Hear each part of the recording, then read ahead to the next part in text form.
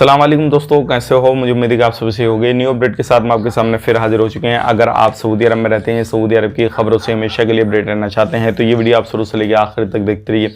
इस वीडियो के अंदर मैं आपको कुछ इंपॉर्टेंट जो है इन्फॉर्मेशन देने वाला हूँ लाइक तवक्कलना के हवाले से। जो अगर आप किसी भी तरीके से सऊदी से बाहर हैं और आपका तवक्कलना नहीं चल रहा है तो उसके हवाले से हम आपको जानकारी देंगे।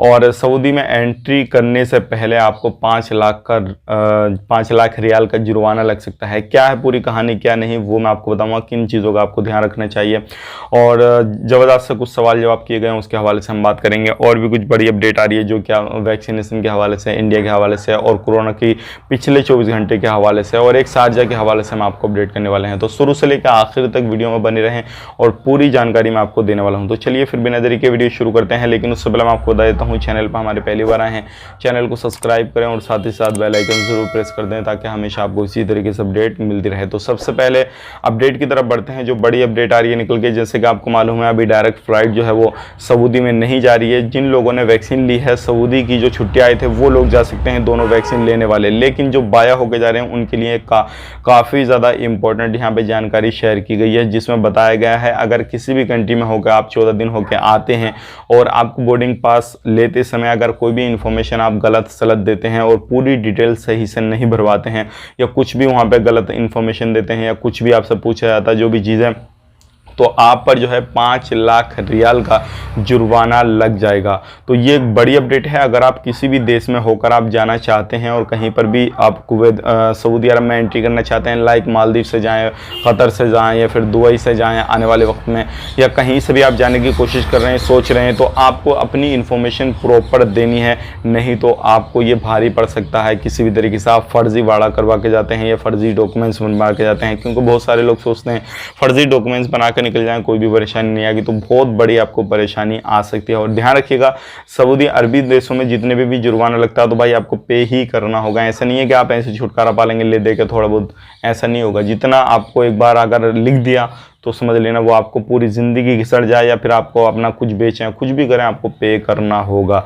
अब दूसरी बात कर लेते हैं, यहाँ पे दुबई की तरफ से एक बड़ी अपडेट आ रही है, अच्छी अपडेट है ये। दुबई गवर्नमेंट की तरफ से अपडेट दिया जा रहा है कि जिन लोगों की कोरोना के दौरान जिनकी कंपनियां बंद हो गई हैं, फिर जो लोगों की जॉबें चली गई हैं, अभी फिलहाल में जाने वाली हैं या जा चुकी हैं, तो पहले क्या था, उनको जो था एक टाइम दिया जाता था कि भाई आप अपनी जॉब तलाश कर सकते हैं। लेकिन अभी दुबई गवर्नमेंट की तरफ से ये अपडेट दिया जा रहा है कि 3 से 6 महीने का आपको टाइम मिला हुआ है, आप उस दौरान अपनी जॉब जो है तलाश कर सकते हैं कहीं पर भी। तो ये एक अच्छी अपडेट है, गुड न्यूज़ है उन लोगों के लिए जो लोग दुबई के अंदर फंसे हुए हैं और उनकी जॉबें जा चुकी हैं। अब यहाँ पे बात कर लेते हैं, जबरदस्त से एक सवाल पूछा गया जो कि आप लोगों का भी माइंड में काफ़ी ज़्यादा ये चलता होगा सवाल, और वो है कि हम जो है छुट्टी आए थे कोरोना के दौरान, जो है हम फंस गए हैं, चाहे किसी भी कंट्री में हैं और सऊदी से आए थे और फिर हमारा कफिल या हमारी कंपनी बुला नहीं रही है हमको, तो क्या हमारा वीज़ा एक्सपायर हो चुका है या इकामा एक्सपायर हो चुका है, तो क्या हम अपना नया वीज़ा लेके आ सकते हैं किसी दूसरी कंपनी में या किसी दूसरी जगह सऊदी अरब या नहीं? तो मैं आपको बताना चाहूँगा, यहाँ पे जवाब ने क्लियर कर दिया है कि आप 3 साल तक जो है नहीं आ सकेंगे, 3 साल तक।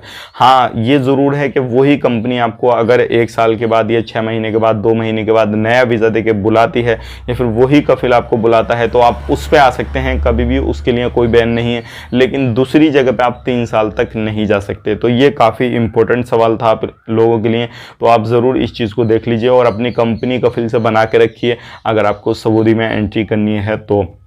अब यहाँ पे बात कर लेते हैं तवक्कलना के हवाले से। कुछ प्रॉब्लम आ रही है लोगों को और प्रॉब्लम जो है वो ये है कि जो सऊदी से बाहर हैं तो उनका तवक्कलना अभी जो है यानी कि रजिस्ट्रेशन नहीं हो रहा, बन नहीं रहा उनका अकाउंट, तो अभी जो है यही प्रॉब्लम चल रही है। बाकी इसका कोई मेरे पास में सोल्यूशन नहीं है।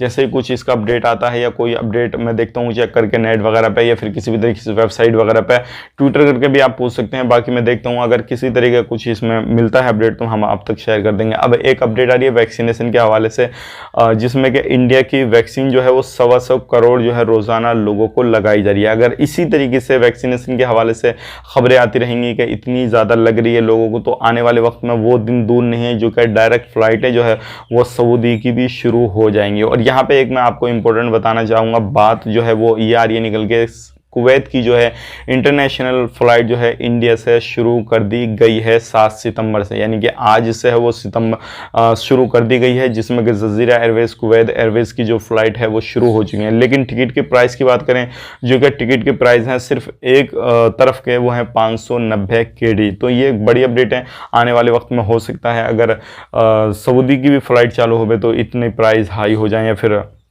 लाख 1.5 लाख के प्राइस पहुंच जाएं टिकट के। तो ये एक अच्छी अपडेट है उन लोगों के लिए जो कुवैत में सफ़र करना चाहते हैं। अब बात कर लेते हैं, यहाँ पे कुछ लोगों को गिरफ्तार किया जा रहा है और ऐसे लोगों के चालान काटे जा रहे हैं जिन लोगों को मास्क लगा हुआ और उनका चालान काटा जा रहा है कि भाई आपको मास्क नहीं लगा हुआ। बहुत सारे लोग कन्फ्यूज होंगे, हमने तो मास्क लगा रखा तो क्या करें क्या नहीं करें। तो देखिए, मास्क लगाने के बाद में आपको सही तरीके से नाक पूरी ढकनी चाहिए, आपको ऐसे लगाइए, नहीं तो आपका चालान कट जाएगा। आपको ध्यान है 1000 रियाल आपको पे करने पड़ेंगे। दोबारा से आपको पकड़ा गया तो 1 लाख रियाल आपको पे करने पड़ेंगे।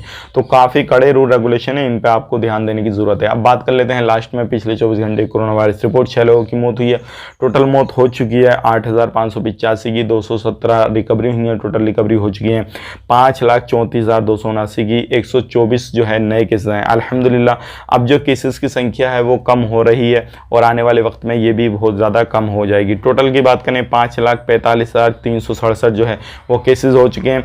2,503 जो अभी भी एक्टिव केस हैं और जो सीरियस केस हैं वो 689 हैं। सबसे ज़्यादा की बात करें, रियाद के अंदर 37 हैं, मक्का के अंदर 21 हैं, इस्टिन के अंदर 12 हैं, जज़ान के अंदर 10 हैं, मदीना के अंदर 10 हैं, तबुक के अंदर 2 हैं। बात करें हाली के अंदर 4 हैं, असीर के अंदर 6 हैं, नजरान के अंदर 7 हैं, अलकसीम के अंदर 10 हैं, नॉर्थ बॉर्डर्स के अंदर 2 हैं, अलवाह के अंदर जो है वो 2 हैं, अलजोफ के अंदर 1 हैं। तो ये पिछले 24 घंटे की कोरोना वायरस रिपोर्ट है। उम्मीद करता हूँ जो भी इन्फॉर्मेशन मैंने आपको दी है वो पूरी तरीके से आप समझ गए होंगे। अगर आपको इसी तरीके से हमेशा अपडेट की इन्फॉर्मेशन चाहिए, जो भी है अपडेट चाहिए, तो ज़रूर हमारे चैनल को सब्सक्राइब करें। फेसबुक पेज पर इस वीडियो को देख रहे हैं तो फेसबुक पेज को फॉलो कर लें, ताकि हमेशा आपको जो है टाइम टू टाइम जो है अपडेट मिलती रहे सऊदी के बारे में। मिलेंगे इस नेक्स्ट वीडियो में, तब तक के लिए आप अपना ख्याल रखें, अपनी फैमिली वालों का ख्याल रखें।